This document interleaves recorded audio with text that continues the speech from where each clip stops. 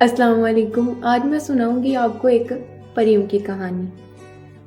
एक दफ़ा का जिक्र है, जादू से भरी एक वादी में छोटी सी परी रहती थी जिसका नाम नूर था। नूर सब परियों में सबसे छोटी थी, लेकिन उसका दिल सबसे बड़ा था। वो हमेशा दूसरों की मदद करती थी, सच बोलती थी और किसी का दिल नहीं दुखाती थी। सारी परियां नूर को पसंद करती थी, सवाए एक परी के। उसका नाम शेरा था। शेरा गरूर करती थी, झूठ बोलती थी और हमेशा चाहती थी कि सब उसी को माने।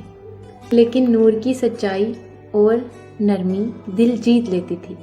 यही बात शेरा को चुभती थी। एक दिन वादी के बीचों बीच एक सुनहरा फूल उगा। सब परियों ने हैरत से उसे देखा। पुराने जादू की किताबों में लिखा था, ये है सच्चाई का फूल। ये फूल खुद बोल उठता है जब कोई झूठ बोलता है, और जो सबसे ज्यादा सच्चा हो वो उस फूल के करीब जाकर फूल की रोशनी से चमक उठता है। शेरा ने दिल ही दिल में सोचा, अगर मैं नूर को झूठा साबित कर दूं तो सब मेरा यकीन करेंगे। ये जादुई शीशा है, जो भी इसे देखेगा उसे हर चीज सोने की नजर आएगी। नूर ने शीशा देखा, लेकिन उसे कुछ भी सोने का नजर ना आया। वो बोली, मुझे तो सब कुछ वैसे ही नजर आ रहा है। शेरा ने जोर से आवाज लगाई, देखो नूर झूठ बोल रही है। उसे सोना नजर आया, लेकिन मान नहीं रही। सारी परियां हैरान रह गई। उसी वक्त सच्चाई का फूल चमकने लगा। एक रोशनी शेरा पर पड़ी। फूल ने खुद बोलना शुरू किया, झूठ शेरा ने बोला है, नूर सच्ची है।